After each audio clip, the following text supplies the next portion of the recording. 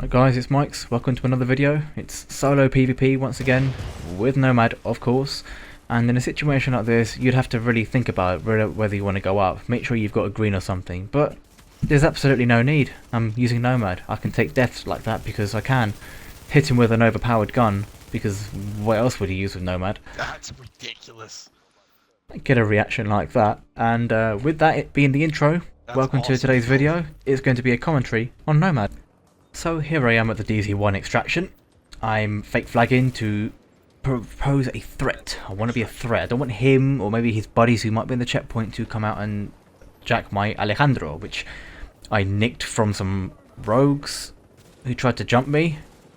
The Alejandro that I meant to actually pick up earlier in this session, and I ran away from a fight and I realised I didn't have it, and then these rogues attacked me just earlier on a different server. And then I killed two of them. The third one was, busy with his own extraction. And I got the Alejandro. So then what I did is I server transferred just to ensure I'm away from the danger. And with a few other randoms about, if, for example, a team did come along and try to go rogue, I'd have a little bit of backing. I couldn't be asked to ask for invites or to join one of my friends. I just wanted to get this Alejandro out of the way. So without any more dilly-dallying about the gameplay, this is just some solo gameplay I got yesterday. It's the only way to play solo in these days, consistently in my opinion. It's the only gear set that if you put on, you may not want to take off. However, you try any other gear sets, you might have some success, you might not. But I guarantee at whatever point during your solo rogue session, you will probably think, I should have had Nomad. And that is not a healthy state of affairs for solo PvP in the Division. So, let's get to it. Nomad. Let's start back in 1.1 when it was introduced. So 4 quite interesting gear sets. Sentry Score was a long range, supposed to be, gear set which worked with all types of weapons. The mistake. You had Striker's Battle Gear, which is something very well balanced. It had the highest potential, but very hard to reach that potential. It was balanced because it was very difficult to harness, although it had a absurdly high 50% critical hit damage bonus, which rewarded all types of players.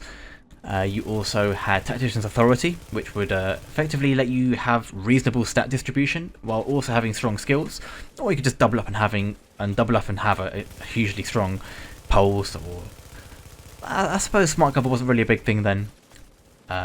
Anyway, and then finally we had Nomad. Nomad in the early days was awful. Nobody ever used it. It was broken. It was bugged in many different ways. I mean, loads of things were broken in those days, but Nomad was one of them. It had a useless scavenging talent, which was proven in the end to do absolutely nothing, other than fuel theories as to what it did.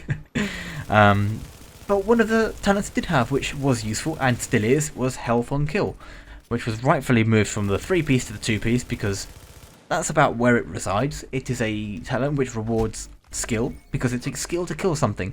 Perhaps not in PvE, but definitely more so in PvP. It's difficult to get kills. Especially with a gear set that provides no damage in and of itself. What it does provide, however, is sustain. So up to classifieds, Nomad was seldom used. It was meant to be a solo set, to help people give them an extra chance at life. Because in the early days, remember, the green didn't save you. Only Nomad was the thing that could save you from a life. The only thing that would provide a surprise.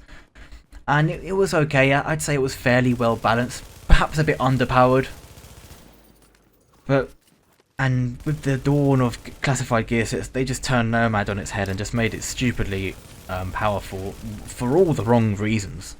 Nomad could be a very well balanced, very well designed, healthy gear set that you enjoy fighting with and fighting against, but it's not.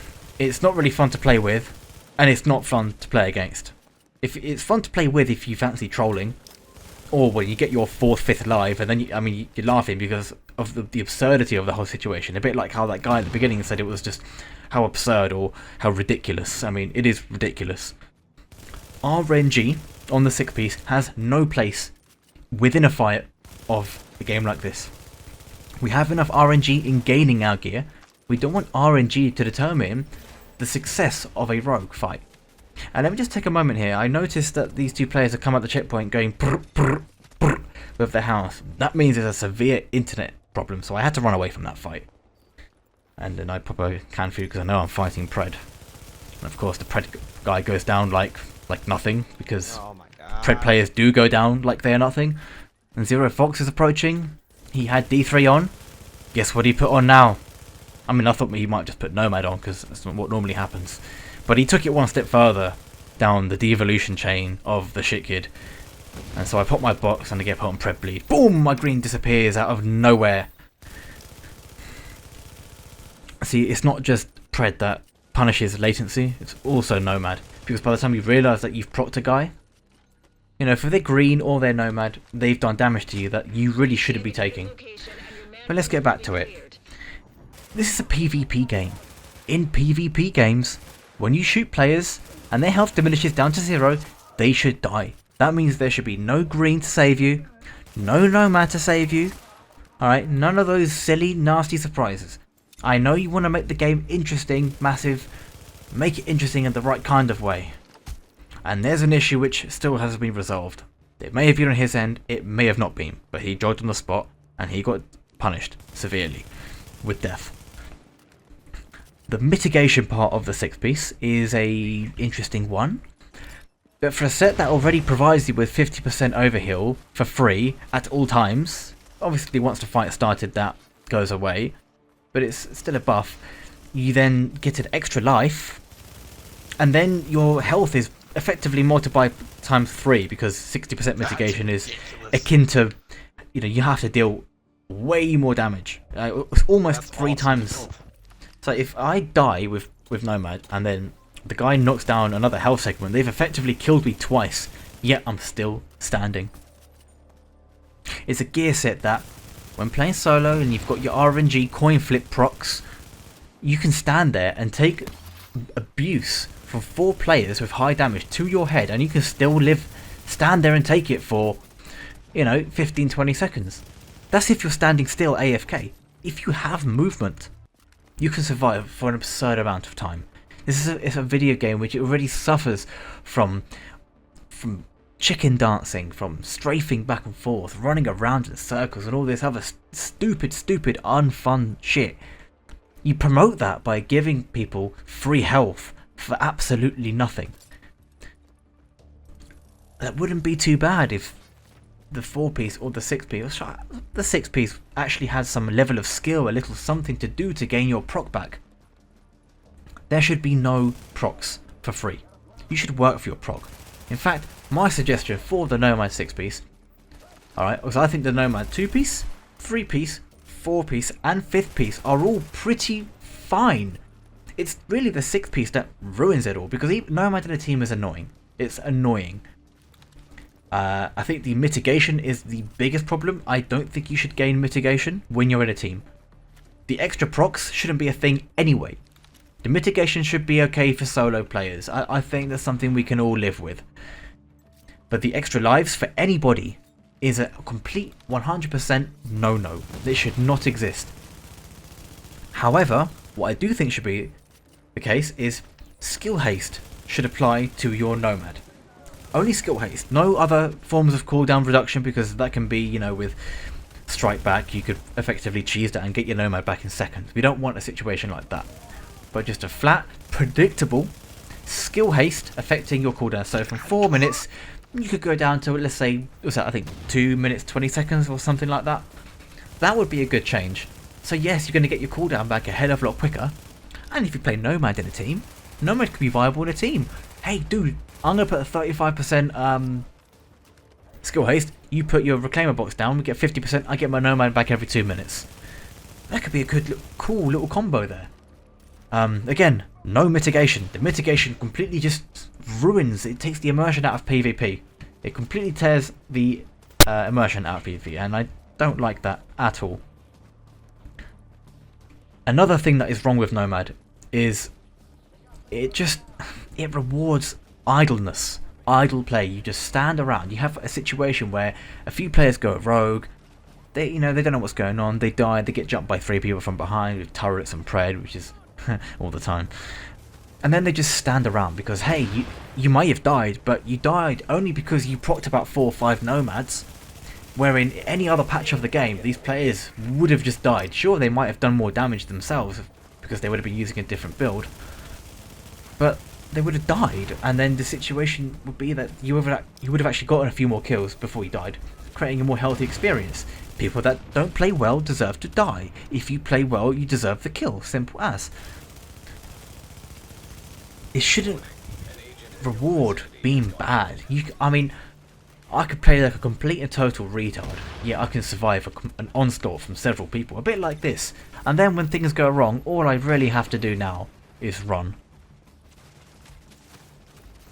Now, it wouldn't be such an issue if the mitigation didn't exist, because if the mitigation didn't exist, when would I make the choice to run? Because what happens now is I can get procced, get my mitigation, aka God mode, because it's God mode provided you aren't a complete and total retard, to run away, gain some space, and because of your free extra overtime healing, I have 150% health at all times. I run, till no end, and all I do is run. That's all I have to do. And then I'm going to get my Nomad back, and then I'm going to fight.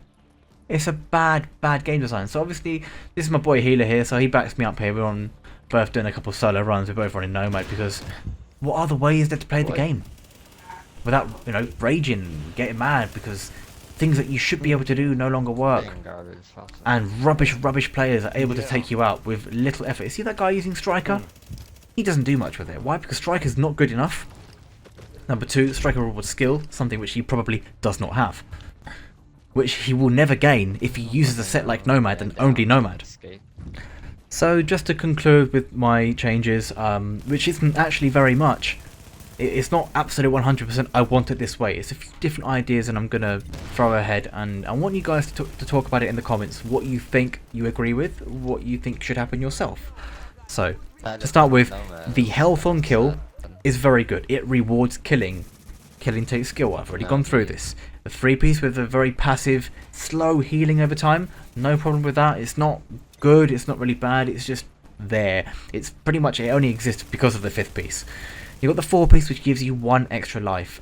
When you see that in teams, and you're shooting a player, there's a good chance that you're going to get through that initial health bar and well into the second one if you're hitting them hard. So the 4th piece can be used if you are smart to your advantage. If you are not smart, aka if you suck, you should not make good use of it, and that applies for anything in the game. The 5th piece, one of the best designed things in the game, an overhealing ability other than vigorous. The passive healing, it's fine. I think we can all deal with it. And then we have the 6th piece, one of the worst designed things in the game. Coin tossing, like you don't even do yourself. Like, ooh, am I gonna get lucky? Ooh, am I not? It creates a situation where you're upset because, oh, look at me, I only get 1 life. Oh, look at this guy, he always gets 100 lives. It's not fun to play with or against. The 6th piece should be 1 life. 1 life at a go. No more. Yet you should be able to do things. A little something. I don't know. Get some kills. Maybe health on kill go to your Nomad. Fill up your Nomad meter. Or just skill haste be a part of your Nomad cooldown as well. I think this is probably the most... The fairest. Yes, you're going to get a prop back every 2 and a bit minutes. But it's going to be predictable. You're going to be able to fight it. The mitigation as well. It's got to go. The overheal and constant healing over time is very, very strong, especially in a meta where there's really no other gear set provides anything close to it. Predatory is achievable in every gear set. It stacks very well with Nomad. So with that, I'm going to wrap things up here. Thank you guys for watching. Please leave a comment down with your thoughts. Do you agree with me? Do you not agree with me? What are your ideas? I want to see your ideas. I don't just want to blurt my own out there. Let's compare, let's get things together, and perhaps with the few of the recent glitches that have been revealed, you know, the D3 glitch, which was actually been around for a long time now, but only given recent exposure, maybe we'll get patch 1.4. Maybe. We all hope. Put your hands up there. Either use Nomad and pray for procs, or pray for 0.8.4. Well, until next time, that's going to be the end of the video. In a bit, guys. In a bit.